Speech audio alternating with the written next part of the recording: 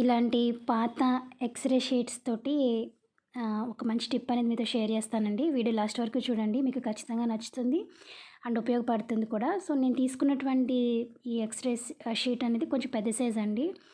So, నేను దీన్ని ఇక్కడ వీడియోలో చూపిస్తున్న విధంగా 4 పీసెస్ కింద కట్ చేస్తున్నాను. మీరు ఒకవేళ చిన్న సైజ్ తీసుకుంటే 2 లేదా 3 పీసెస్ అవుతాయి అంతే.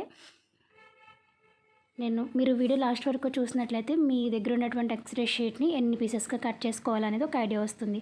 నేను ఇలా 4 పీసెస్ కింద కట్ చేసుకున్న తర్వాత దీన్ని ఇలా రోల్ చేసేసి ఇక్కడ స్టాప్లర్ తోటి పిన్ చేసేసాను. గమ్‌తో అయినా మీరు అటాచ్ చేసుకోవచ్చు. మిగిలిన 4 కూడా అదే విధంగా చేశాను. దాని తర్వాత ఒక కార్డ్‌బోర్డ్ తీసుకుని ఇలా స్క్వేర్ షేప్‌లో ఉన్నటువంటి కార్డ్‌బోర్డ్ తీసుకున్నాను. అండ్ అదేవిధంగా వేస్ట్ క్లాత్ ఒకటి తీసుకున్నానండి. క్లాత్ తీసుకుని ఈ కార్డ్బోర్డ్కి నేను ఇలాగా గమ్ సహాయంతో అటాచ్ చేసేసాను. అదేవిధంగా రెండో వైపు కూడా బ్యాక్ సైడ్ వచ్చేసి మనం సైడ్స్ అటాచ్ చేసుకుంటే సరిపోతుంది. నేను ఎక్స్ట్రా ఉన్నటువంటి క్లాత్ని కట్ చేసేసి మిగిలిన క్లాత్ని గమ్ తోటి అతికించేసుకున్నాను. నేను తీసుకున్నటువంటి క్లాత్ కొంచెమే ఉందండి. సో, అందుకని నేను బ్యాక్ సైడ్ ఓన్లీ సైడ్స్ మాత్రమే అటాచ్ చేసుకున్నాను. ఎక్కువ ఉంటే మీరు బ్యాక్ సైడ్ కంప్లీట్గా క్లాత్ని అతికించేసుకోవచ్చు. ఇది పక్కన పెట్టేసుకున్న తర్వాత వేరే క్లాత్ తీసుకున్నానండి. మీరు సేమ్ క్లాత్ ఉంటే సేమ్ క్లాత్ అని యూజ్ చేయొచ్చు. తీసుకున్న తర్వాత దీనికి కూడా నేను గమ్ వేసుకొని మనం ఎక్స్‌రే షీట్స్ ఇలా రౌండ్ చుట్టుకున్నాం కదా, దానికి నేను ఇక్కడ వీడియోలో చూపిస్తున్న విధంగా